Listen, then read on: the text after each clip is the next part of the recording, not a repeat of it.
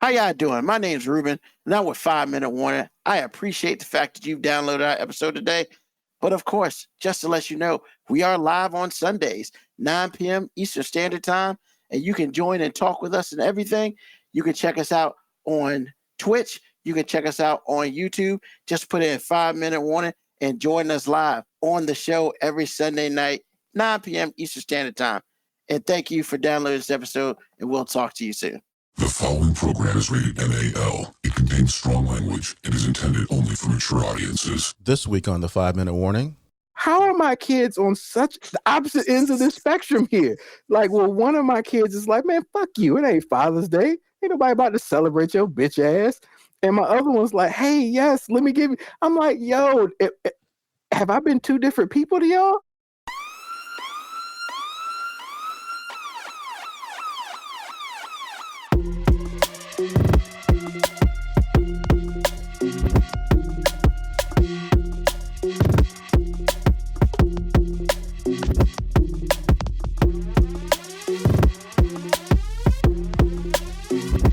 The show that gives you everything and nothing at all. That's everywhere you don't want to be. It's Ruben, Mo B, and on the ones and twos, AG.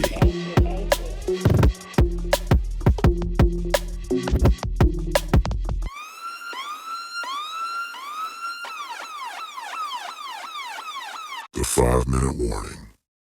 Welcome, everyone, to a brand new episode of 5 Minute Warning. Of course, as always, it's your man, Ruben, in the house tonight. First of all, happy Father's Day to all the fathers out there, all the stepdads out there, all the fur baby dads out there. If you are taking care of a living thing, happy Father's Day. Because you're doing more than I am, because I ain't taking care of nothing but me. So, happy Father's Day to all you people, all you men out there taking care of living things. All right, so speaking of Father's Day, before we get into our topic today, just want to go over a couple things. Now, did you know the first statewide celebration of Father's Day happened in 1910? You know, a woman named Sonora Smart Dodd successfully campaigned for Washington State to celebrate the first statewide Father's Day. She raised the idea after hearing a Mother's Day sermon because, of course, we got to talk about how we love moms before dads. Always second fiddle. Gets that love. And then, of course, she wanted to honor her father who raised 6 children as a single parent. Yes, out there, people, men can raise children by themselves. Just wanted to put that out there. Then in 1924, President Calvin Coolidge supported the idea and urged all state governments to observe it. All right. It took a little bit because, you know, men were being men and they didn't want to feel like they were domesticated. So in 1966, Lyndon B. Johnson, president, issued the first presidential proclamation establishing the third Sunday of June as Father's Day. And of course, President Nixon in 1972 officially signed Father's Day into law as a permanent national holiday. So, yes, when it's all said and done, it took forever to get Father's Day just due, but they got that shit. So, shout out to all the dads out there. Y'all earned that. Y'all put up with a lot of stuff to get it. Now, with that being said, let's get into our topic of the day. Topic today is very simple. How have the roles of fathers changed the last few generations? You know, what's good about those changes? And what are some issues about the changes? So what I'm gonna do, I'm gonna pass it to Mo B because, you know, this was his segment, this was his question, so I'll allow him to start it off. All right, well, I'll start off by going into a little research mode. So because we can't do anything on our own, I had to ask AI for some help. You had to ask Skynet? Yeah, I had to ask the new Terminator files. I'll be back. So I actually posed the question to AI that's the very same way, the exact way Ruben just read it. So it said, the role of fathers has shifted dramatically from the traditional stern provider and disciplinarian to actively engaged hands-on co-parent. Increased child care time. Today, fathers spend nearly 8 times as much direct child care time with kids as they did in the 1960s. On average today, dads are spending about 8 hours a week on direct child care duties. In 1982, it stated that 43% of fathers said they had never changed their kid's diaper. Last year, that statistic is down to less than 3% of men can say they've never changed their kid's diaper. Shift from breadwinner. With the growth of dual income being necessary, the idea of the male being the sole breadwinner has depleted significantly over the past 5 decades, prioritizing co-parenting and co-parenting identities. So I guess I wanted AI to give me some answers, even though, most of those things I feel like we can kind of assume. But it was kind of cool to see like hardline numbers to, the whole idea that daddies ain't doing shit when there's actual research saying that daddies are doing shit. There's actually statistics saying that's not actually the case. Dads out here doing shit, man, because they kind of have to.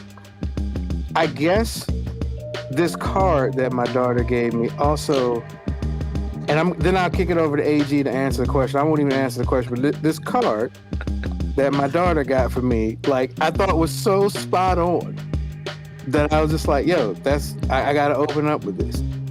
It says some psychologists say a dad is one of the most important elements in a child's character development. So I'm mostly saying that I'm pretty much all your fault. Well, damn, that's about right. Was that the younger kid? No, that's my oldest. That's funny. But you know what? I read that card and I was just like, not really spotting any lies there.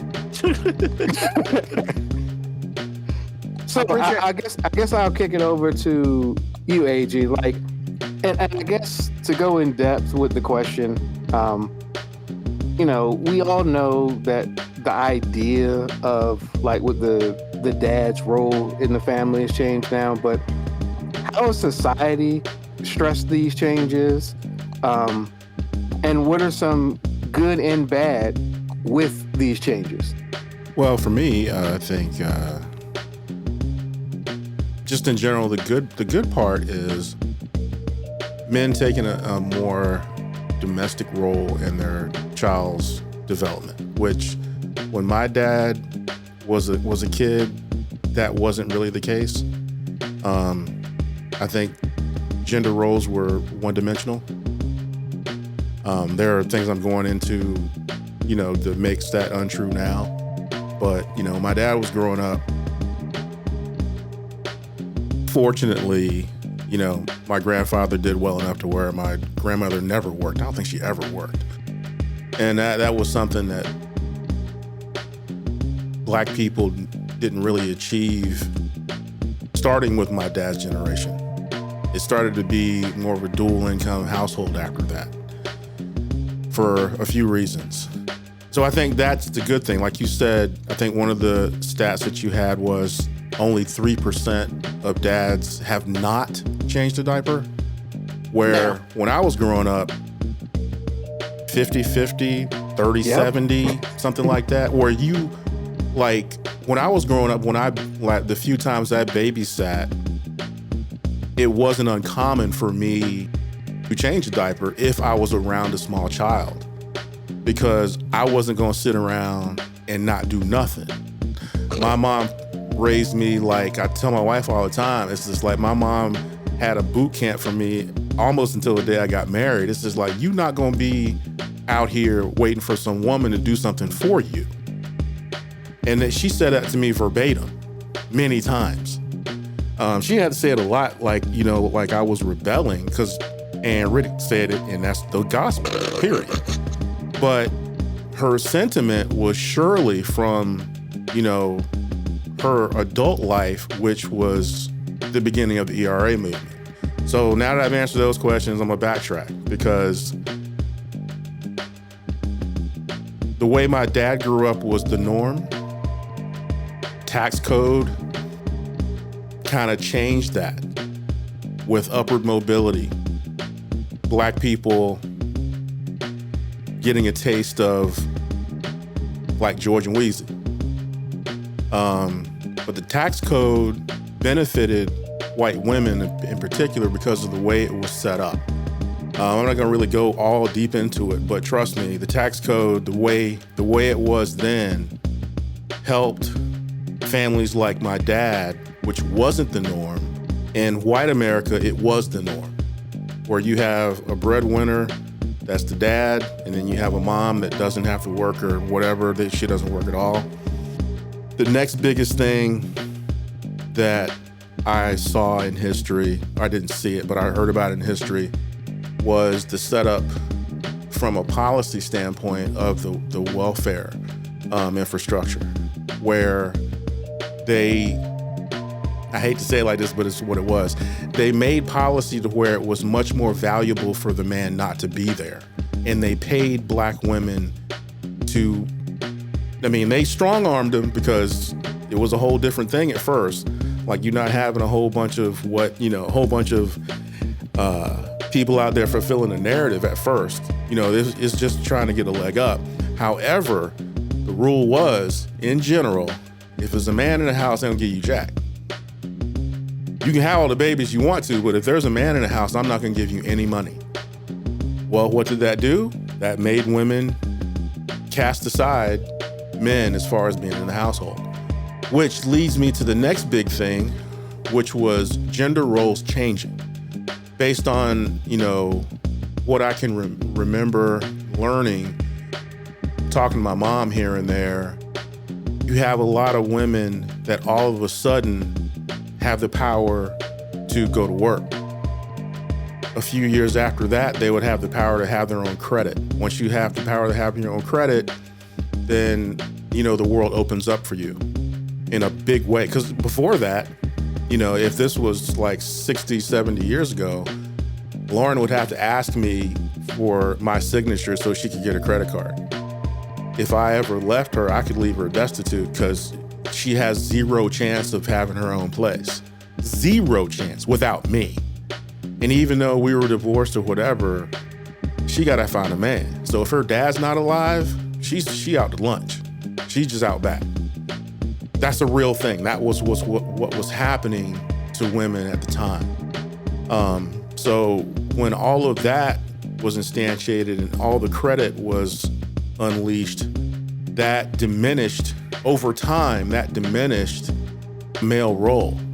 But in between, the mid 70s, late 70s, and what we're seeing now is once you open that up, once the tax code doesn't really affect you, as a woman, and, you find yourself in a divorce situation, for better or worse, and you find yourself being able to take care of yourself, moving forward, it's like I don't really need a man. Not for real. But I still am a woman and I can demand certain things. So you have it going both ways. So like when I was growing up, my mom was a lady, sure. But she made more than my dad typically. Most of my life, my mom made more than my dad by a long shot. And I don't care what anybody says. Whoever makes the most money has the most juice. I don't care. Now, a lot of people will argue, and that's fine. But in my experience, money matters. Money matters. And I'm like, okay. So you have women making a lot of money, whether that's on an hourly job, because I come from a manufacturing standpoint, and I'm in a place where, as far as I know, there is no she makes less than me type thing. We all make the same thing. They all, even in management, they have a management scale. There is no somebody makes more than you unless they actually are above you. So all of these things together, wanting to be upwardly mobile, the system making it so you have to find another level of broke. Again, the unleashing of credit, and now it's easier for you to get in debt. Now you want to be George and Weezy. You want the trappings, and I really mean that word. You want the trappings of doing well. Now you have to have a 2-income household. Now it's cool at first. Because, you have, a check for the bills and you have a check for savings. And so for 30 years, people are doing well. They're a little leveraged, but they have savings or whatever, and they're retiring on time, all the things. Now, all that has changed because the rise in taking care of yourself and your paycheck are vastly different. So again, with all of those things going on, by the time we get to now, during this time, men's role has been diminished because men aren't out here making all the money. And they're making it so women are making so much money and being so educated that the illusion that men are like unnecessary becomes much more present. Because I don't know a woman that can't take care of herself. In fact, when I look at a woman, I look at you like a dude. It's like, figure it out. I would have never said that 40 years ago.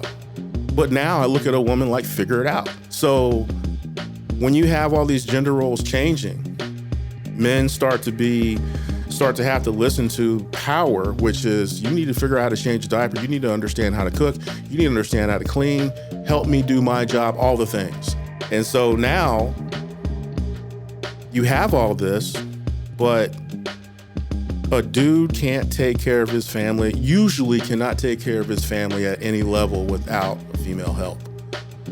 And because of that, and everything else I just named, it's like, I feel like the power of a dude a father has been eroded because we're just not necessary. And I feel like that the world has the illusion that men are obsolete. Because again, like I said this before, it's an illusion because women can play both sides against the middle. That's important too. Like, I've never seen a woman who can't make it, but I've also never seen a woman that actually takes on the responsibility with the power that they have now. Because they can still call on a man, even if it's their dad. So it's like, down with the patriarchy, but my dad will come and help me. What? So you have it coming and going. That's not really power to me. Well, it is power, but it's just like without responsibility. So going back 70 years and seeing how things have changed from a policy standpoint, welfare, then gender rights, women's rights, wanting to be upwardly mobile because you have all this new freedom and all this new money, and then having the system play itself in a way or, kind of construct itself in a way in which you're trapped. It's okay at first, but then it's not.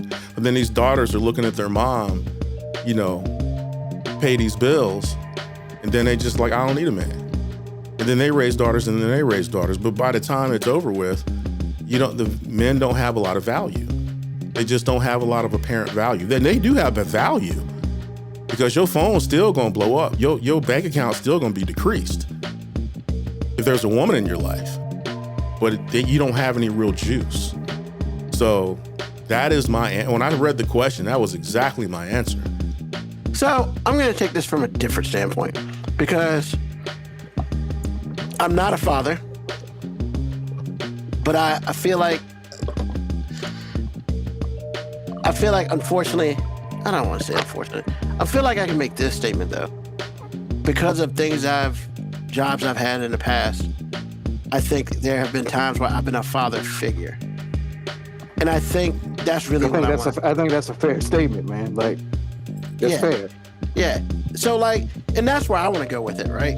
Because one of the big things that are different now than it was when we were growing up, I mean, I would dare say,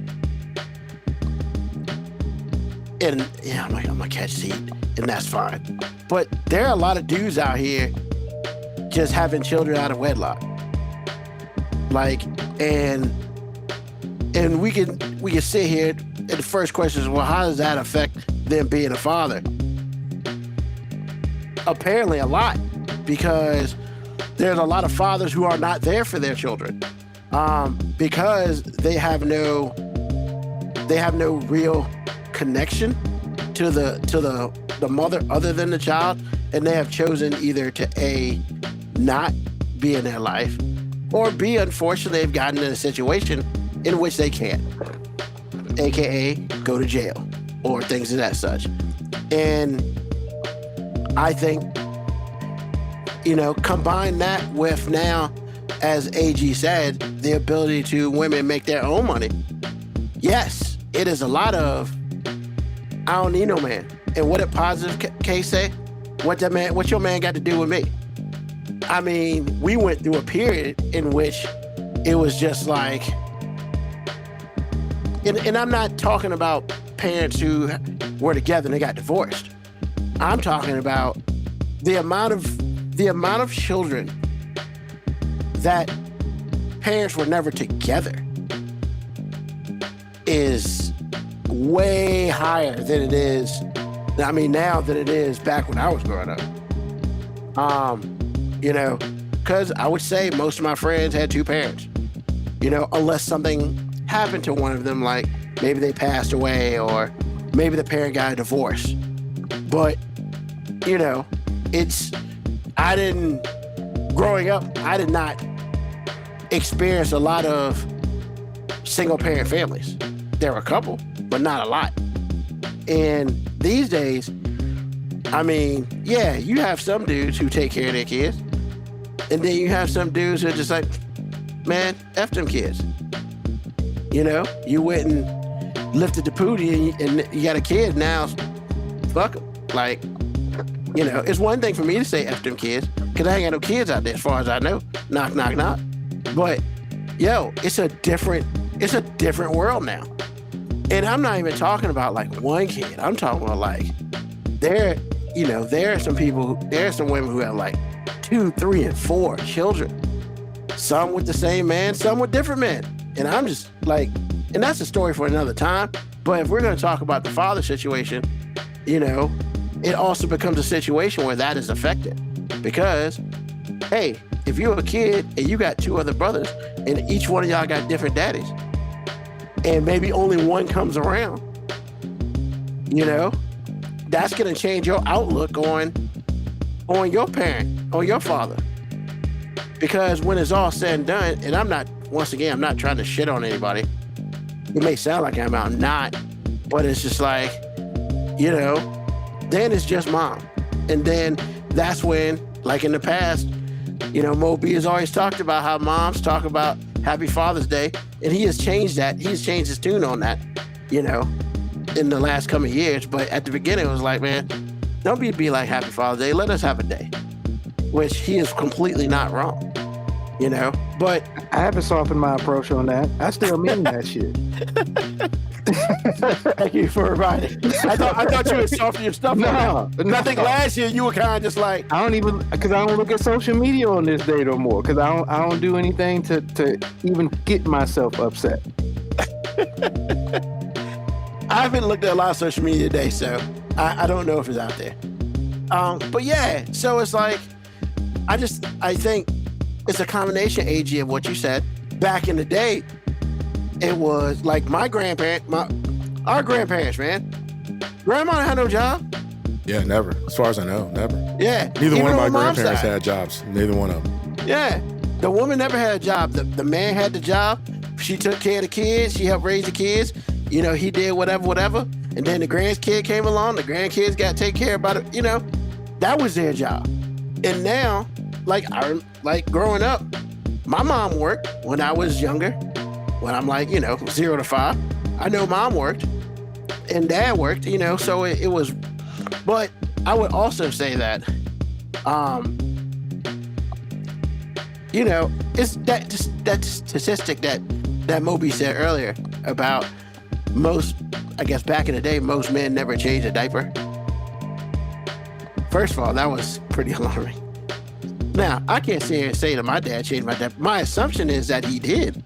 But I can't be like, yeah, I remember when he changed my diaper and I peed in his face. Nah, I can't say that I remember that. But, I don't know. That's not a question I never really asked because I assumed there was a yes. But yeah, man, like the difference between then and now is it's completely different because everything is different. The dichotomy is different. The world is different. Like I said earlier, man, we didn't get Father's Day till what? to 1972. Bro. And then somebody didn't even think about it until 1920.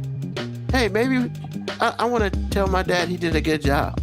We should have a Father's Day. Like, but Mother's Day was full in effect way before then. So, like, and once again, I'm not out here shitting on Mother's Day. I'm not. I love my mother. I love all mothers, you know, but all I'm saying is, hey, man, I have a problem with that, man. Like, Ruben, we talking about Father's Day and you still feel the need to be out here apologizing. I'm sorry. I'm not a father, so I can't live. It's not my you're thing. apologizing to the moms right now. We're not talking about them. I mean, I'm apologizing because my statement sounded very harsh about Mother's Day. It didn't sound harsh, sir. It didn't sound harsh to anybody. Okay. Oh, I'm sorry. I thought it did. Shit. I mean, because you've been programmed. You've been programmed, man. You've been programmed to devalue the father's role. Well, Ruben, hear me out. You've been programmed to devalue the father's role. So even just talking about how fathers aren't getting appreciated enough, you feel the need to basically say, "Hey, I just want to make sure I'm not. Y'all don't think I'm saying Mother's Day ain't important." Like we not. You can say Father's Day matters without devaluing any other day. Because you still felt the need to apologize. And see, I was about to say I'm sorry then, but I caught myself. I'm not going to apologize. You remind me of how irritated I was doing the show after Charlie Kirk was killed. As many bad things as he did and said to us as a people, we still had to tiptoe around the fact that he was murdered. I'm like, just because he murdered doesn't mean he's not a dick. Let's stop this. But it never did. And the same thing here. Don't tiptoe around it. Man, we ain't talking about Mother's Day right now. Yes, sir. We're talking about men. And it's okay because, trust me, I understand you. I'm just letting you know you don't have to do it right now. Yes, sir. Appreciate it. Yes, sir. Shout out to Nikki. She says, single mother, she raised 3 kids. I didn't allow my kids to celebrate me on Father's Day. Thank you. Congrats. Congrats to you. I appreciate that. Because you are in the minimum, Miss Nikki. You're in the minimum. Because Moby, I'm sorry, Ruben, but yeah, go ahead. And we were talking about the social media that you're trying to avoid. The new trend is women should be. You should say Happy Father's Day to women because they're the ones that made you a father. I've seen that 20 times. What kind of shit is that? Because women can do that, sir. That's why I'm like, don't tiptoe around that. Look at his face, man. His face. He's already getting upset. Like you can tell. I'm not getting upset because I don't engage in it anymore. Like instead of going into a room full of people that are gonna piss me off, I just don't go in the room. Exactly. But just to let you know, that's the new trend this weekend. Like yesterday, I was at Wendy's. Stopped to get some breakfast. You know, blah blah blah. Woman there was like, "Happy Father's Day." Instead of me saying, "Well, I'm not a father," I just said thank you and moved on. You know. And that's all I did, because why get into that discussion? Because that's just not, I'm just trying to get my damn food. Like, when it's all said and done, I'm just trying to get my food. And then the funny part about it was a dude in there was like, man, you ain't say Happy Father's Day to nobody else up in here, which was hilarious. Because he was just, he got mad that she said Happy Father's Day to me and not to him. And I'm just like, y'all need to handle that separately. Would have been even funnier if she'd have been like, bitch, you don't see your kids.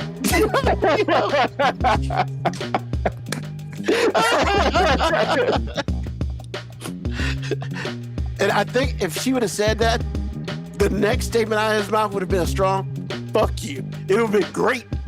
Because, hey man, you can't attack a man like that. And after he said something, if she'd have came with that, man, I don't care where you working at. That dude's gonna be like, fuck you. And you might get lucky if it's not a fuck you bitch. Like, and he wouldn't have given 2 shits about where he was. It wouldn't have stopped it from being funny, though. It would have been hilarious. It would not have stopped it from being funny. I would have led this, if that would have happened, Moby, I would have led today with that shit. Because it was already funny that he was just like, you ain't said Happy Father's Day to nobody up here. She was like, well, I'm not going to be here tomorrow. He was like, well, I'm here right now. I was like, yo, I got to go. It was hilarious. But yeah, man, I mean, so many things have changed. And it's just, and like I said earlier, you know, because I used to work with children, I do feel like at a time I was a father figure, which is good and sad at the same time. So yeah, man, it's just everything has changed from when I can't even say our parents, our grandparents, you know, raised children and stuff in the whole household thing to now. So it's been it's definitely been a generational thing, and it's been that wheel, that boulder that's running down the hill, and it picks up all the snow, and it gets bigger and bigger and bigger, and now this is where we are, you know. So like, once again, shout out to all the fathers who are there for their children, because there are a whole bunch of you that ain't. And that's just what it is. Hey man, I couldn't have planned this any better. Both of y'all's answers are like so perfectly leading into like my response. First of all, AG, the financial thing, it's like you were reading my mind about the finances and how literally the government really did incentivize, especially our community, to kind of basically remove the men from the household. And Ruben, your point is brilliant. And the reason I say it's brilliant is because everything you said is about narrative.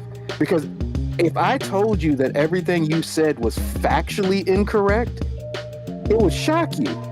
But literally everything you said is factually incorrect.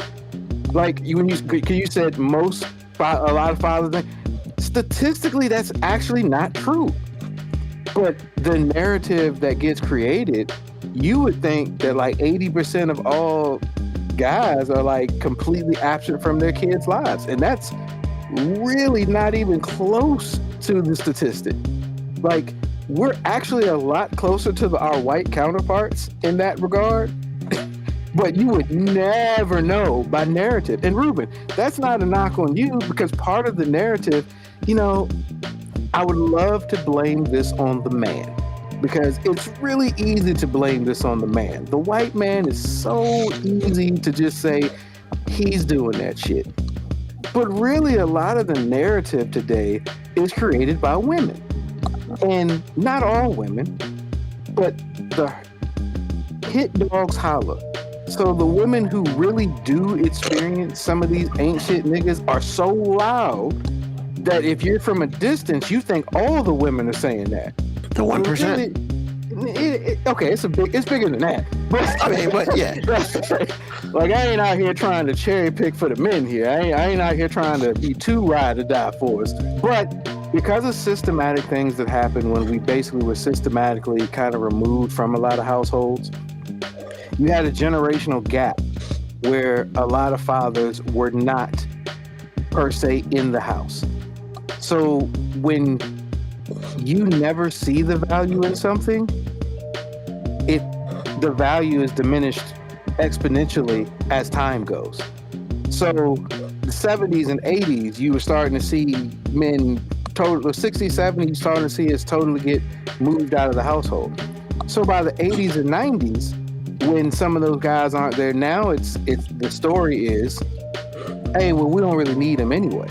What value do they bring? So then you have a whole generational gap of people who actually did forget the actual importance of the male figure in the household. So now, as guys are trying to still be that, you're fighting up against the narrative. So when I ask the question, like, you know, what are some good things about it? I'll tell you, as a girl dad, especially as somebody who my dad wasn't around all the time, I was raised by primarily nothing but like tons of women and great uncles. I appreciate the fact that men have to play more of a nurturing role now, or not even have to, we just do. Like, because part of the way men instill nurturing, especially in in young men, is emotional regulation. Like, a lot of people think men teach other men not to have emotion. No, that's just That's just a perspective of a woman, typically. Because all the men in my life, like all my great uncles, it was never about not having emotion. It was never about, being super masculine, manly all the time. It was about, hey, your emotions don't mean you can't do shit. It was about emotional regulation. Hey, it wasn't don't be crying because men don't cry. It was like, hey, don't be crying because that shit's keeping you from doing the stuff you got to do. It was almost like, hey man, like I'm not telling you not to feel. I'm telling you that you've got to learn how to feel and keep moving. You got to be able to chew gum and walk at the same time, man. And that emotional regulation got removed for a couple of generations. So now masculinity got called toxic. So now there's a lot of fathers out here fighting the toxic masculinity myth. Like when a guy's tough and disciplined, they're like, oh, that's toxic masculinity. And old school guys look at it and go, no, that's actually like self-discipline. That's instilling discipline. Yes, it might hurt right now, but that's part of what discipline is. Discipline is, hey man, sometimes you got to struggle in the short term to get the long-term goal. That got completely removed. So as a father, I fight that all the time. And that's not a knock on my wife all the time. It's just we are built to see things differently. I watch, prime example, I watch my daughter get hurt in a game. And my response usually is, get the fuck up. Now, this isn't because I don't care that she's hurt. My thing is I've also seen how she'll be hurt and she looks for other people's response to her injury. And if everybody is, oh my God, is everything okay? She takes that as, oh, now I don't have to do shit. And with me, it's like, no, if you're really injured, no, don't do shit. But if you're just gonna complain about a little bruise and you, hey, this is what you wanted. You signed up for this. I didn't know you do this shit. You signed up for this. Once again, male point of view looks at that as discipline. It's like, yo, you don't get to quit because you're a little hurt, or you don't get to quit because it gets a little hard. Where I'm not saying my wife is a quitter. I'm simply saying the nurturing side of her, she sees something get really difficult for them and she wants to protect them from it. And me, I'm just like, yo, we can't protect them from everything. They got, because me, and part of it's maybe because of all the stuff that I go through in my life too. I'm just like, yo, I got to be comforted in knowing that they can deal with shit on their own, because I know one day I'm not going to be here to pick them up. I'm not going to be here to protect them from all these outside things. So I want as much discipline in the short term as I can give. Now, I realize that there's a balance, but what makes that balance even more difficult is when you have everybody telling you that that's toxic. When you've got a whole generation of people who think that's toxic. As a coach, I see it all the time. I tell my wife all the time, by the second practice, I generally can tell you every kid on our team that has a present or active male role model in their house. And it's basically just on how they deal with stress. If they're talking back, if they get super emotional, if they're pouting all the time, I'm just like, Ty ain't got no dad there. Or he cool because like he get mad, but he don't totally bitch out on me. And those are important things. Like D.L. Hughley had his podcast this week. It was like, where are all the black fathers out? He was like, they're raising championship sons. And they had a picture of like Jalen Brunson and his dad. And I saw clips of like, him making Jalen Brunson do practice when he's like a teenager and everything. Yeah. It sounds like a hard ass. But like, I listen to that and I go, that sounds like a hard disciplinary coach to me.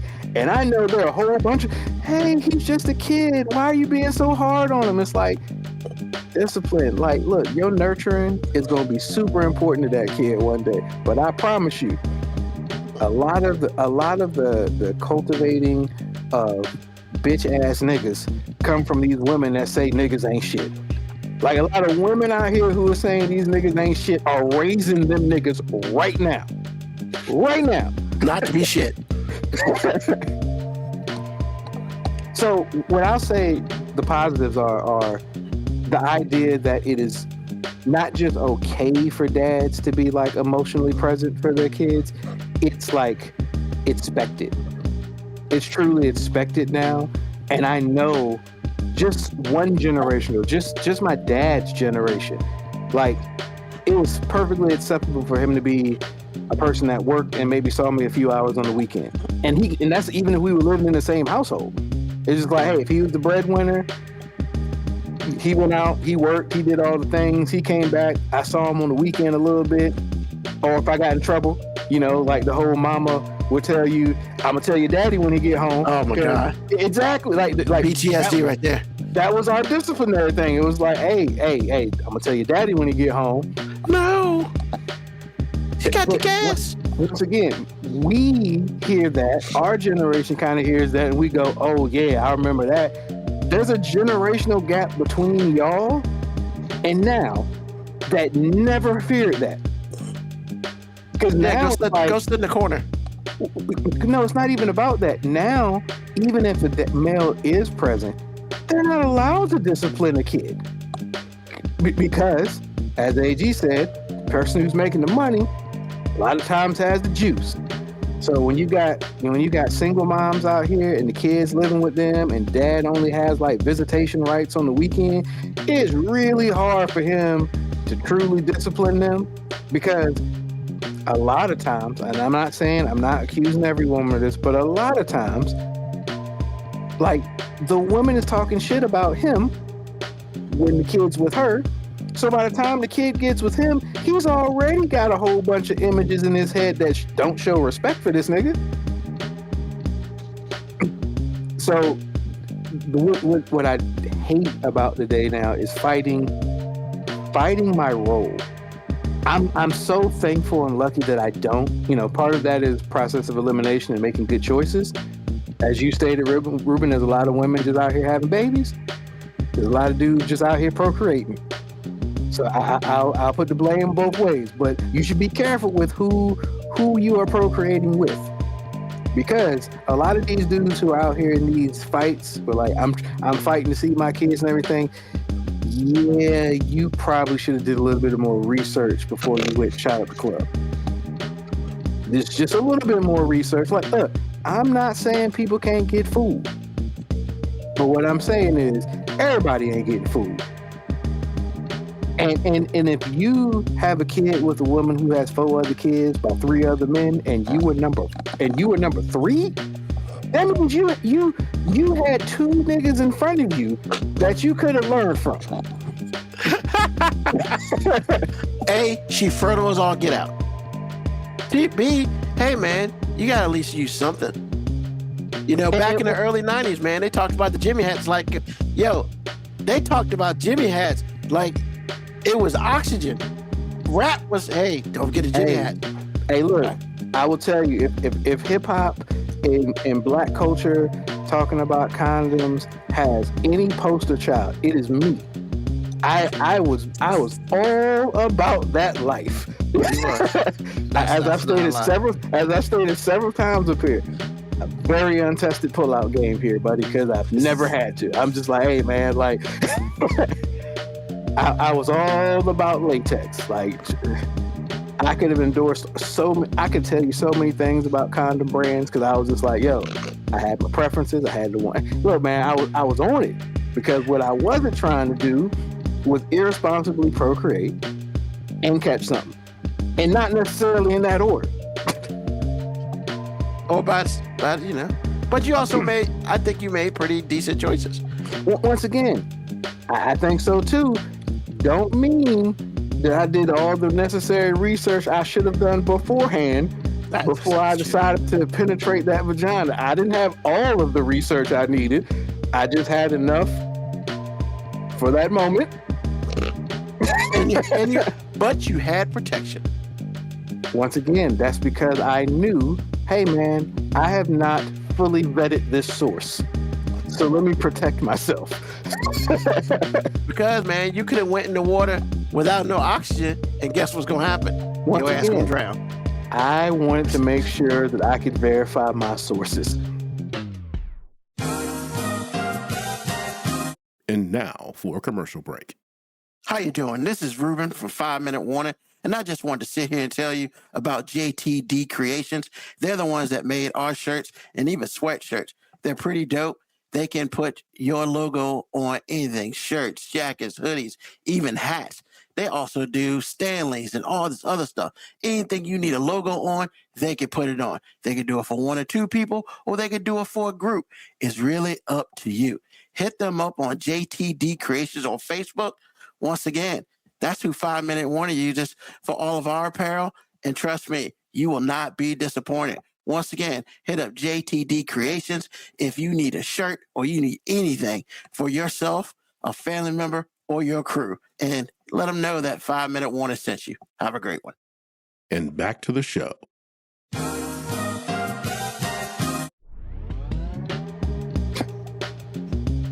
Yeah.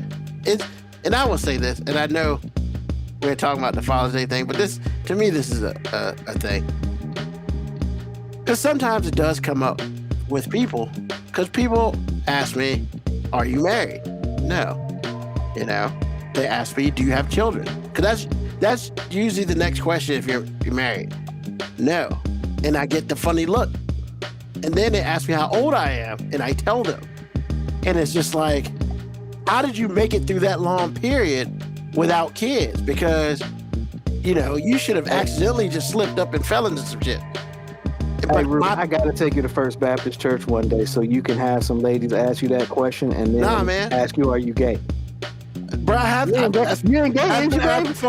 I'm telling you, I know I've said this story so many times up here, but I just could not believe on a Sunday morning that somebody would just be like, you ain't married, you ain't got no kids, bro. Is you gay? Like how did we get here so fast? Hey man, you're not a man unless you get kids. What? That's not true. What are we doing? I will tell you that you do realize it's not so much different if you were a woman your age and had the same story. Very true. Everybody would be looking at you the same way, if not. What's wrong with you? Even probably a little harsher, because they would assume that nobody, either you crazy as hell or something's got to be wrong with you, that nobody accidentally shot up your club once or twice. And that's the thing, man. It's just like, there are times where I just want to be like, look, man, I get it. Everybody's got kids. But you know what I'm not doing? I'm not shooting up clubs, man. That's not what I do. Because they like, look, man, I get it. Maybe especially with a random, bro, what are we doing? Hey, Ruben, what are we doing? Ruben, in all fairness, they're all random. They're all random. Until you vet the source, and until you actually have adequate time to do research. I guarantee you've got at least one person in your history that goddamn well you didn't properly vet before you slid up in it. That's true for most men. Once again, most men. That's all I'm saying, Ruben. Because alcohol is dangerous. I'm not asking for your justification. I'm not judging. I'm simply stating everybody knows that, not every source is properly vetted. No. That's why you have to use a Jimmy hat. But these kids don't know what Jimmy hats are, so you have to say condom. Yeah, which is interesting because I guess it was a couple years ago. I think we talked about it, how they put a condom dispenser in a school and all the parents got upset. And I'm just like, hey, you should be lucky somebody cares. You see, the weird thing about that, because that kind of goes into this thing too. It's like one of the roles of fatherhood used to be to give the talk too. Oh yeah. You know what I'm saying? That used to be a real big. Like you ain't gave them the talk yet, and it was never nobody looking at the mom saying that. It was like, you ain't giving them the talk yet. So once again, so the idea of putting a condom dispenser in the school to me is like, hey, that shouldn't affect anybody if they properly had the talk at home. Like, that would just be like, hey, this is a source. If you about to be out here doing something, which, look, we ain't stupid. We know a lot of people are. Like, hey, now you've got the source to actually protect yourself. Now, if you put that in an elementary school, might be a little bit off base. Exactly. But a high school? I mean, let's be real. I know when I was going to high school, but even people if getting thrown for the floor every day. Yeah, but even if they're like, hey, this isn't something that kids should be doing. There's a lot of 18-year-olds in high school. That happens. Like, your senior year, there's a lot of seniors right now, 18 in high school. They got left back in kindergarten. It happens. And then I'm just like, hey, look, even you old timers, even you people a generation or two ahead of me, you mean to tell me you ain't know about nobody having sex in high school? Right? Look, I get it. Every time you try to tell the story of you try to make it seem like y'all was the good generation. But I promise you, fucking been going on forever. I mean, like, what's it called? Woodstock? Yeah. Miss me with that. Like, miss me with that. You were alive for Woodstock. Oh, you were there? Yeah, miss me with anything. Ruben, see, I'm not even talking about Woodstock. Look, my grandma was born in 1935.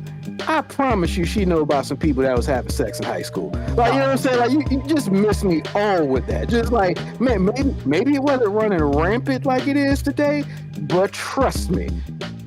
And here's the thing. Even if they weren't all having sex in high school, don't tell me most of them guys weren't actively trying. They were doing their best. It's just, it was a little bit more difficult back then. You didn't have as much free time. You didn't have as much freedom. You didn't have as much... I was about to say something else. No, I'll say it. You didn't have as many hoes just out here roaming the streets at a young age. You know what I'm saying? Like, I completely disagree. I disagree also. No. Okay. You didn't have as many outward young hoes. Can we say that? No, because during the time, every generation has their definition of who the outward hoes were. But now you can't differentiate them from everybody else. I don't know how to answer that. I mean, I hear what he's saying, but I really do feel like the only difference between then and now is exposure. Well, of course, and that's what I mean by the exposure. Like the ones who had a reputation, hey, they worked hard to get that reputation back in the day.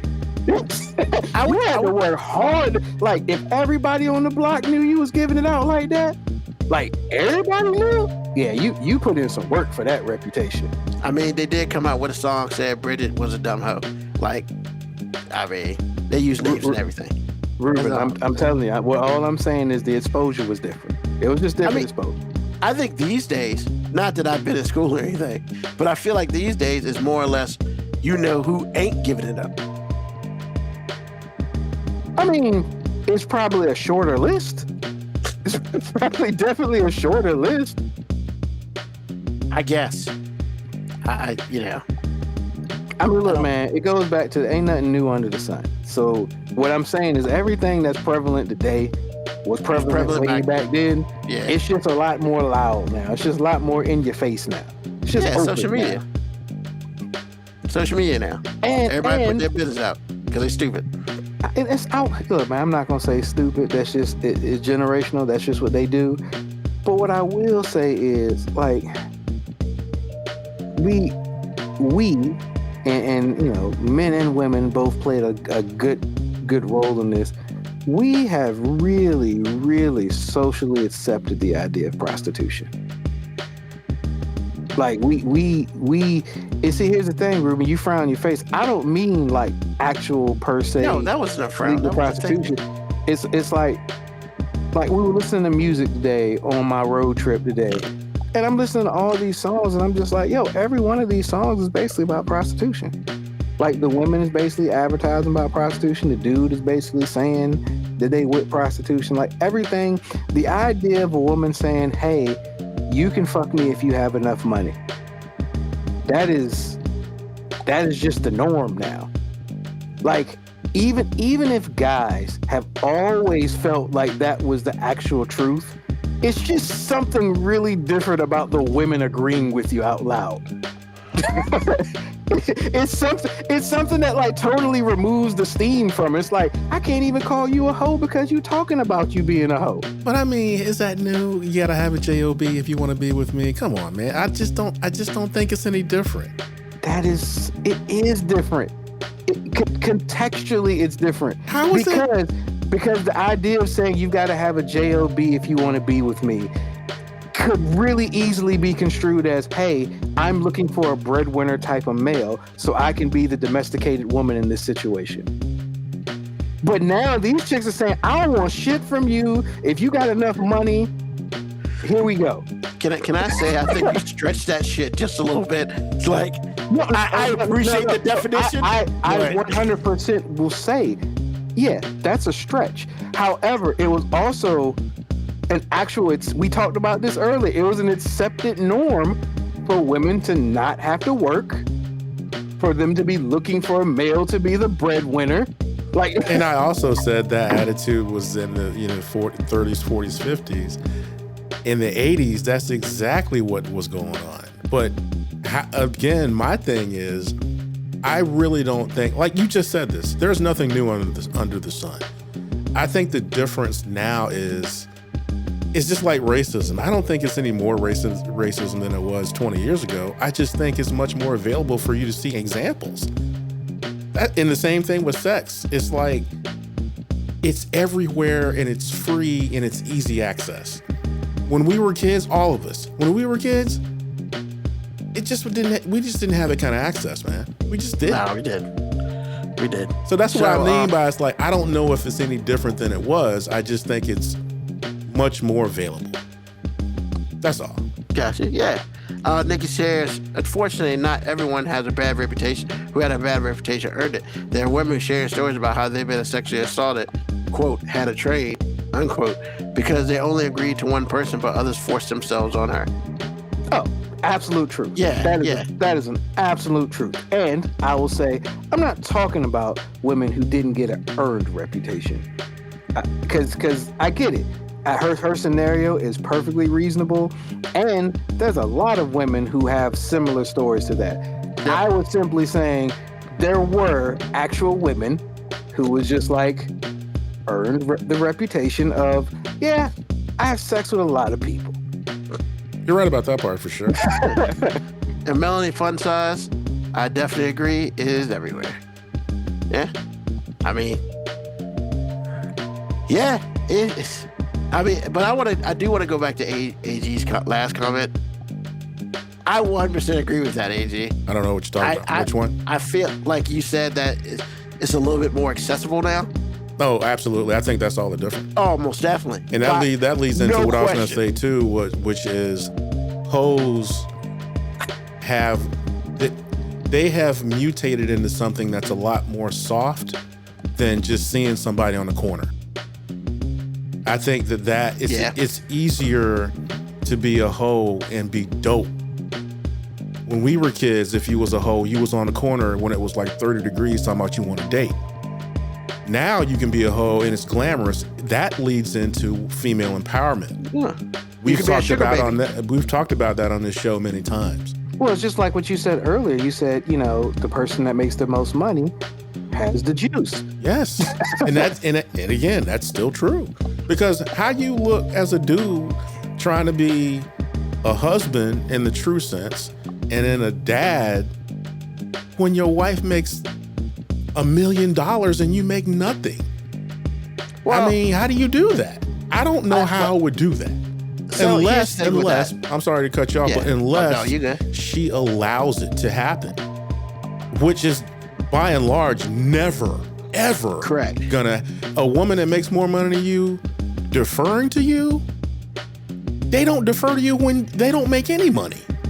Bruh, whoever has the most money wins. So I'm just saying. So I'm glad y'all brought that up because I forgot that I wanted to say that until you started talking. Yeah. I mean, I think we should close this out. I think Moby, one of the greatest lines that Pimp C ever said. Pimping ain't dead, just move to the web. That's right. that's exactly what it is. Is that access? I mean, Because again, most Pimping ain't dead, pornography just is move to the easy web. access and it's free. So, AG, what's on your mind, man? Crab rangoons. If you ever have the chance to make them yourself, It's so random. oh Jesus! Oh, they good though. Oh my goodness! I had some today. I I got don't think I've ever had. man. Next time y'all get Chinese takeout, Oh, it's great. get an order of them. It's sour cream, green onion, soy sauce, garlic powder, crab, in a wonton wrap, deep fried. Man, I'm telling you, yo. So I made about 30 or 40, no, about 30, I think, about 30. And I had them, I didn't even taste them at first. And my wife had them, she was like, yo, you put your foot in this. And then I had them after I got to a good place. And man, they're so good. So if y'all, Can I get some? you don't live here. But you pass by my house every day. And that lets me know that you don't live here. Oh man.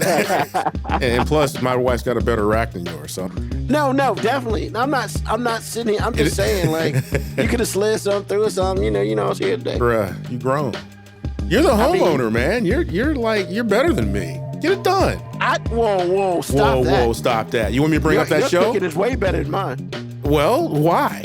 Why is my cooking way better than yours? Because you awesome at it. And you no, work hard because at I burn stuff and then I get better and I don't burn it it. anymore. Once again, you work hard at it. Anyway, it's a good snack.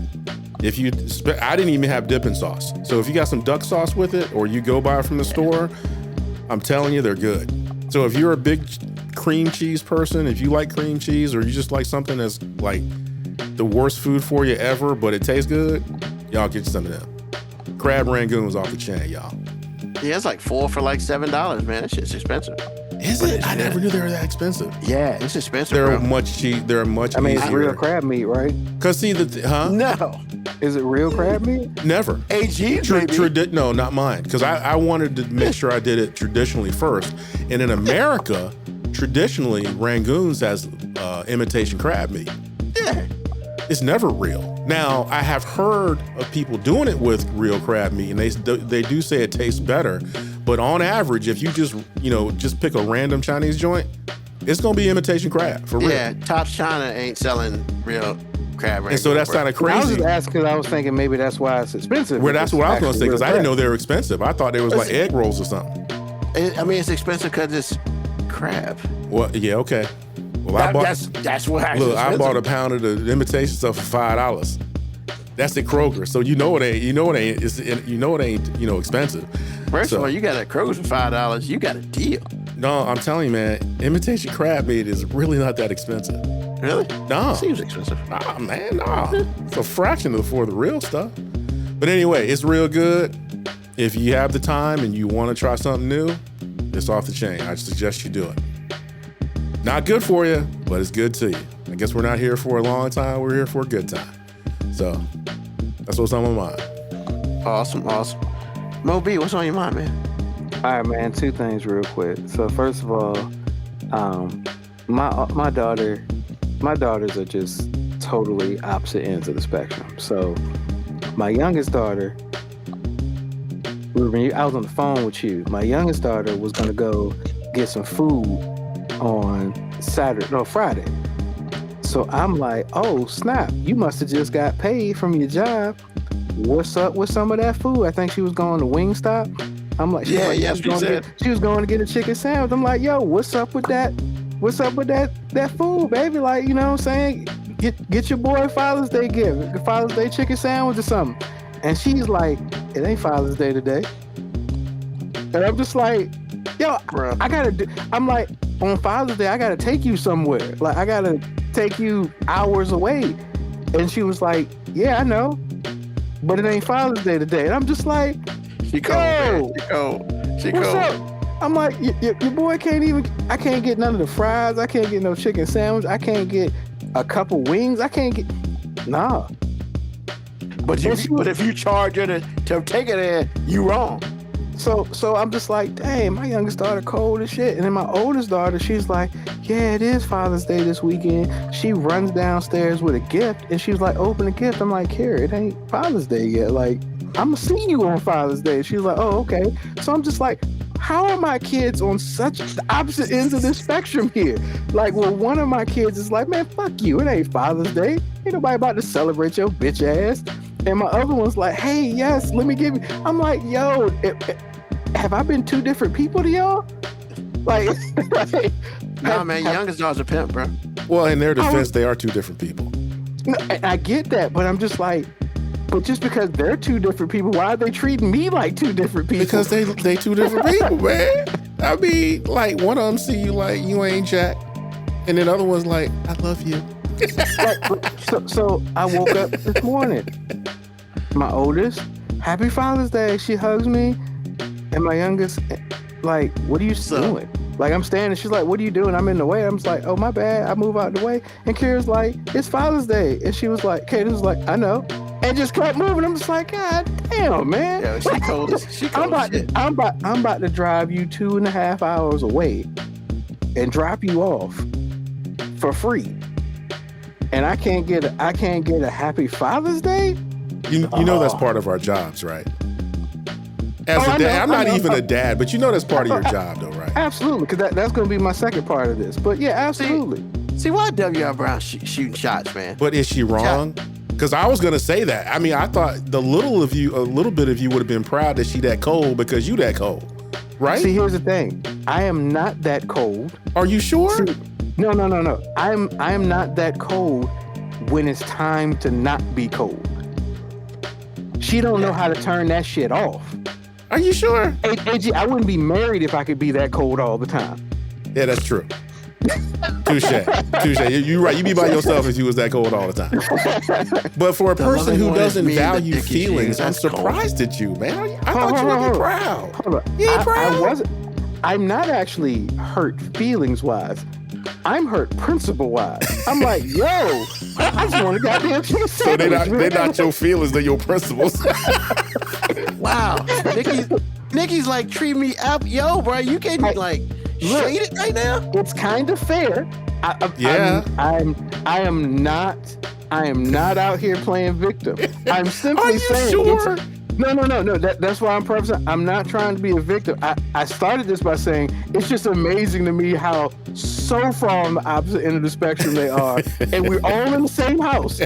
We're all in the same house. Look, Mo, they are two different one of them people. is just like, I can't wait to show you that I think you're awesome, and the other one is just like, I wish you would get the fuck out of my face. Is that what she wishes? Oh no, every time she sees me, I have to joke on my daughter to get her to respond to my presence. Like, I'm a counter puncher with joking, but I proactively joke to Cadence first just to get her attention. Just to get her attention. Terrible. No, Cadence is actually a little bit better. Cadence is better. She still ain't quite. I mean, I got years of experience, so I got decades of practice. So it's unfair for me to be like, she ain't on my level, but she's not. But she got all the game. Are you sure she's not? Because she sounds like she's pretty good. No. She's in it when she's on the level when it comes to being cold. Okay. On the level. But just, the wood and everything, she's still building up her palate. You know what I'm saying? She got the shade tree going. Yeah, she's still working on it. The roots run deep. But yeah, so I have to apologize to some people in my life on Father's Day today too, because I realized for most of Father's Day in my life, I've always joked about how don't nobody give a fuck about dads, and I just realized like I'm that person too. And what I mean by that is like, I don't even value myself on Father's Day because like, I wouldn't even let people do anything for me. Like I woke up this morning, I paused for a little while, and then I was like, shit, I might as well go make myself something to eat. So I made myself some breakfast. Then my wife comes down. I was gonna make you breakfast, and I'm thinking to myself, I mean, were you? You too slow. Maybe like I believe you because you said it, but like I didn't. I'm sorry. I believe you because you said it. I'm so sorry.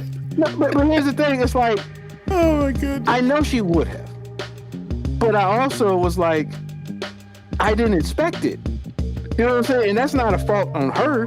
That's like my own, like, no expectations of like anybody really giving a fuck about it being Father's Day.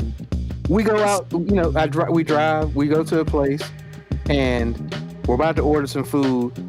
Of course, they can't decide on what they want. So they're like, well, we're not going to order on the screen. We're going to go up to the counter and talk to them. And in my head, I'm just like, yo, let's be efficient here. I'm the one driving. Let me just order my food on the screen real quick. I get my order in first. They do their order. And then I just realized my wife was trying to buy me lunch. And I totally stole that from her because I'm trying to be efficient because I'm like, don't nobody give a fuck about it being Father's Day. I got shit to do. I'm doing my dad shit, which is being the chauffeur for the 6-hour drive today. So I was just like, you know what? I'm not even letting y'all do the dad shit. What's up, Ruben? Did she say she was gonna buy you lunch, or she trying to surprise you by buying you lunch? She said it after I'd ordered my food because I guess she realized that I'd already ordered my food. She was like, I was gonna get your. I was like, oh, but I already ordered it and paid for it. Because and how long you been married? Because all I was thinking was, well, if I get my food first, I can kind of eat while they're still waiting for their food. So by the time they get their food, I can just start driving. They can eat in the car, but I'm gonna be driving. I can be done. I am in do dad shit mode, not in people are honoring dad today mode. Well, that's what I'm saying. But no, see, Ruben, I see what you're doing. You're doing the same thing that I would normally do, which is like, hey, y'all could have just made it known that y'all were going to do shit. But here's the thing. She don't ever have to do that on Mother's Day. She can proactively assume that ain't nobody going to ask her to do shit. And I guess I could have done the same thing today, but I stole that from them because I just was like, hey, I still got shit to do. You know what I'm saying? Like, I got to drive these and then we had to drive. I had to see a little bit more of Virginia than I necessarily wanted to because apparently the address that we put in that I thought I was going to have to take her to was not the address that we were going to go to. So after that hour and 45-minute drive, I had to drive another 2 hours in the other direction to get to the place we were actually supposed to go.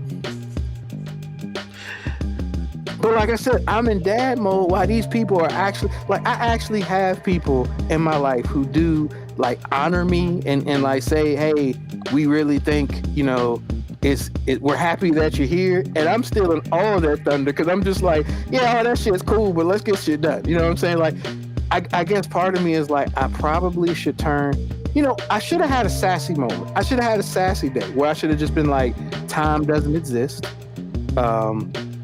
You know what I'm saying? So because if I'd have been like, time doesn't exist, I wouldn't have been such in a mode to like get to the place on time. I should have been like, hey, you know, it is what it is. You know what I'm saying? If you're important, they'll wait. You know what I'm saying? That's yeah. I should have had all the sassy thoughts. I should have done the equivalent of what I accuse her of doing anytime that we have somewhere to be, and it's 5 minutes before we're supposed to be there, and she's getting in the shower. But I couldn't make myself turn the me off. So I can't get mad at other people for being like Father's Day ain't shit when I'm basically saying I ain't gonna let these motherfuckers celebrate me today because they not celebrating me with the efficiency that I would celebrate them. But man, you've been married for over 10 years. If she don't know you by now, she should have known that she needs to address shit ahead of time and be like, hey, I got you today. Because it's not like you're gonna change on one day. Like, but she knows this. That's all I'm saying. All I'm saying is she knows this. And she knows you. And I'm sorry. And she gonna be mad, whatever, but she gotta be you for a second and realize, I got to do Ruben, things differently. Ruben, what you're saying logically makes all the sense. I don't disagree with your logic, not one bit. You know what? I would double negative. Not near bit of disagreement is coming from me. However, because you are not entrenched in this game the way I am, you don't understand that in this here game of like relationship that we play, the only person that is responsible to change the way they do things is me. It is never her job to change the way she thinks or does anything. Never.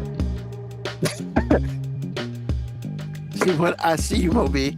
I mean, I don't know what that means, but whatever. No, here's the thing. I don't know what that means either. It could have been a veiled threat. I don't know. I'll find out later. A veiled threat on Father's Day. Once again, I don't know. Or she could be saying, I see you, as in, hey, I do see and appreciate you as the father figure in this life, because I didn't let her do anything for me today.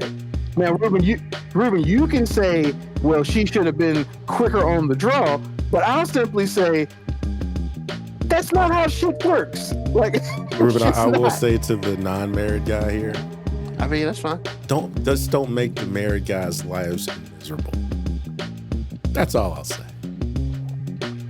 In all fairness, I opened myself up for this because I could have just been like, hey, everybody was great to be on Father's Day. I could have just lied up here. But Wow. They weren't bad to me. But that's it. Nobody was bad to me. I simply said that the only reason that I didn't get 100% celebrated up here was because I kind of don't really give anybody the space to do that. Because I'm so entrenched in what technically I'm supposed to be doing as a father. And honestly, it sounds terrible, but part of how I identify if I'm doing a decent job as a father is how miserable I am in the process of doing some of the things. And I know that sounds terrible, but like, we joke about it all the time. I was like, hey man, Ruben, how many times did I say, hey, the only thing I can't do in my house is look relaxed, because if I look relaxed, somebody gonna ask me to do so. Exactly. So once again, it's like I create a narrative in which the only way I'm being successful as being a father and everything is if, you know, there's a little bit of suffering in there. There's a little bit of misery in it. You know what? Man, you're not trying to win a championship.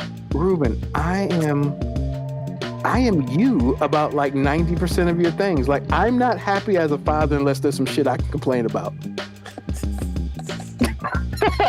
Wow. Unless there's some shit I can just be like, oh, let me tell you this bullshit that's going on. Like, I don't even fully feel like a man if I can't basically say, let me tell you some shit that's going on in my house right now. Wow. Hey, So yeah, man, to all the people who have men in their lives like me, like Ruben said, you gotta be quick on the draw with your appreciation. You got to slap their ass with that shit before they have a chance to get moving. Because once I get my momentum of like doing all the shit that I'm gonna bitch about later on, like, it's too late now. Oh, wait a minute. Hey babe, I was gonna make you breakfast. Hey babe, I can help you drive. No, I got it. Hey babe, I was gonna get lunch. No, I got it. Hey, she ain't lying. Nothing she said is false. Blah, blah, blah. Hey, you know what? And all I'm saying is, it'd be different if y'all just got married like 5 years ago. Y'all been with each other almost 20 damn years. Like, if she don't know you by now, you're not wrong. Kira knew. Hey, you got up. Happy Father's Day. What's up? Boom, boom, boom. You stepped out the house. You stepped out the room. You got attacked. Kira understands. That's all I'm saying. I'm dropping Once it. again, you're not wrong. But I'm simply saying all those things she said are absolute truth. Like, if I were to come up here and say, if y'all would have just asked me point blank, hey, what'd they do for you on Father's Day? My honest answer could be, ain't nobody really do shit for me today. And that would sound awful, because it wouldn't be put in context. It would not be put in context at all. That don't make it any less true. But context matters. Context actually matters. That's all I'm saying, man. So to all the people, all the people who have men in their lives like me, and you tried to honor them, and they did the push off, like, hey, nah, it ain't about me. I'm sorry. I'm sorry we like that. You know what I'm saying? I've been Stop giving your wife the Heisman, bro. Stop giving your wife the Heisman. I did all day. I all day was stiff arming the fuck out of her. I was Derrick Henry. She was a little cornerback, and I was just saying, "Get the fuck off me!" as I ran for 80 yards and scored. Hilarious. So yeah, man, I gotta do better. I will say on this Father's Day, I have decided that I will do next Father's Day. I'm going to wake up and I'm going to be the softest, sassy, stretching spectator ever on Father's Day. And then they ain't gonna do shit. So it's like, what the hell? But you know what? Then I will earn that. Ain't nobody do shit for me today. I didn't earn that shit today. I stole it. I stole that shit. Hey, G-Man, he's just like, this guy. That's it, man. All right. Thank you. So, of course, for the non-married, non-kid guy here, this day ain't got shit to do with me. Got shit to do with my father. You know, happy Father's Day to my dad. But for me, it's another day, man. It's another day. But what I have learned is something's wrong with me. So, and I say that because I realize that not having, I mean, other than basic stuff, you know, you worry about bills, all that shit. Like, I really don't have a serious outlet for some things. So I have gone backwards and gone back to something that has always made me happy. And that's music videos. Music videos have always made me happy. Just because I'm a visual person. And I mean, you know, if you got a Samsung TV, they got like Samsung TV and like channel 4000 and whatever. It's like 20 channels of music videos. You know, there's only like 3 black channels and like 15 country channels, but whatever. That's a different point for a different day. Yo, man, I just, especially today, I've really just absorbed a lot of different music today. I mean, I hear something, pull out my Spotify, like songs, boom. You know, yeah, man, it's good and it's bad. And it's good because, I mean, I'm already pretty eclectic anyway. I got a whole bunch of different shit in my Spotify. My Spotify looks like, you know, when people throw just paint at a mural all over the place, it looks like that. It's all over the place. Except for classical. I ain't got none of that bullshit in there. Yes, movie. Is this like your soft way of trying to admit you were listening to some Drake today? Hell no. It's okay, man. Don't you ever do that shit to me again. He dropped 3 albums at one time, man. He's bound to drop at least one that you was like, it's kind of. And here's the greatest thing about that. He dropped 3 albums. I haven't heard a track from any of them. I don't know. I don't care. I don't normally listen. It's a safe space. Fuck that. Dog. I don't listen to Drake. Safe space, man. Safe space, my ass. I don't care. Like, I don't really listen to terrestrial radio because most of it's terrible. And so, you know, I looked at some hits today to see what else is out here. A couple things caught me. Couple country songs caught me. You know, Moby, I completely agree with you. For sure today, 100%. That what's his name? The dude you said is the new Kid Rock. Post Malone. Yeah, he is the new Kid Rock by far. He ain't fooling me. And it gets worse. Like listening to tracks with other people on it actually makes me like his older stuff, which I didn't like at all. So it's the I new really phenomenon.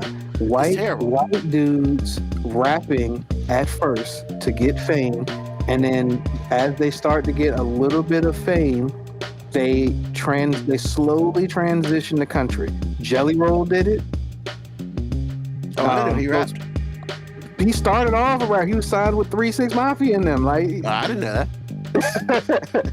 The man lost 200 pounds and now he divorced his wife. Funny. country, man. Cause she thought she married a real nigga. I'm sorry. Go ahead. I'm sorry. Go ahead. That was That's cold. hilarious. That was cold. That's gold, man. It was funny, but that was funny. cold. He probably ain't wrong though, but that's funny.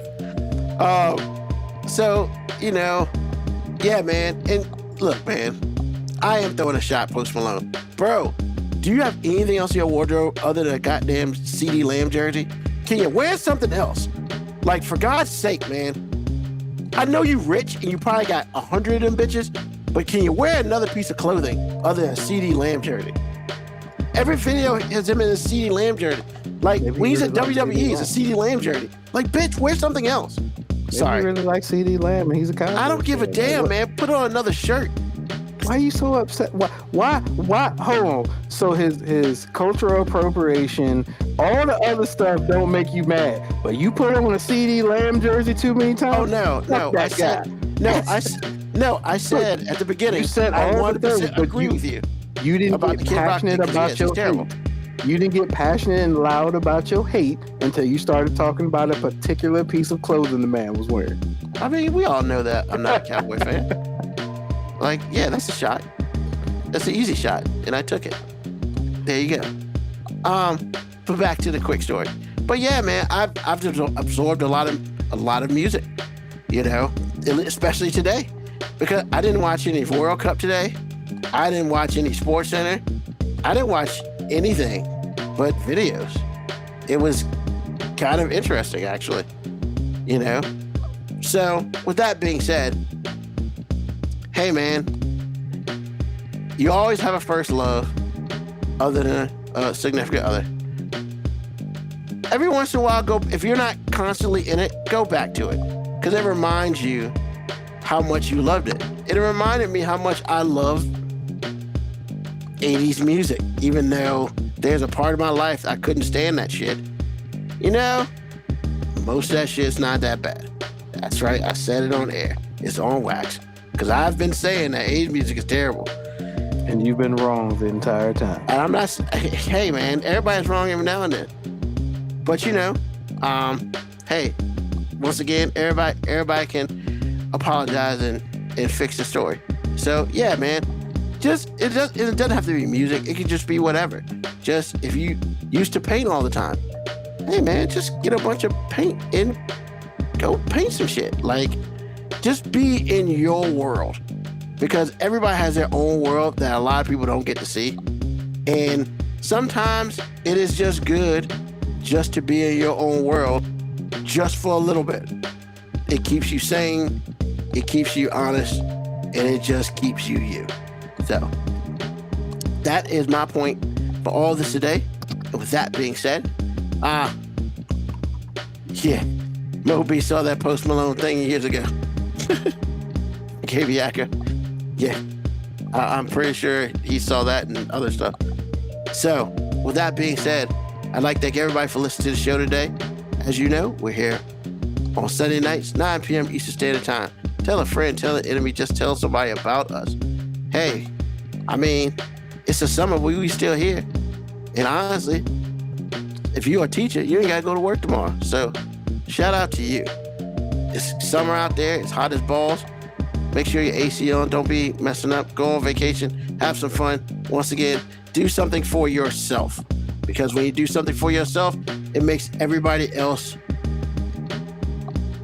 enjoy being around you more. Because you're calm, cool, collected, that sort of thing. Hey, once again, next Sunday we'll be here at 9 p.m. Eastern Standard Time. Thank you to JTD Creations. Once again, you need a shirt, you need some clothes, you need a Stanley Cup with your name on it. Holla at them. Check them out on their Facebook page, and they will take care of you. Once again, thank you for being here. Thank you, AG. Thank you, Mo B.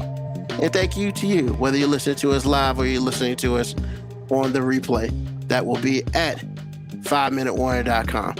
As always, peace, love, hair grease, soul. and deuces.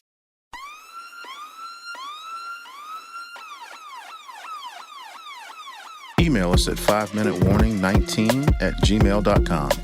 And also leave comments on Facebook and Twitch. Search 5 Minute Warning. Contact us on Twitter at AG_FMW Podcast, at Nugman25, at FMW 2019. Contact us on Instagram, Moby 5 Minute Warning, AG_5 Minute Warning, Nugman25. You can listen to the podcast at Apple Podcast, Spotify, or wherever you get your podcast. Thank you for listening. This has been another episode of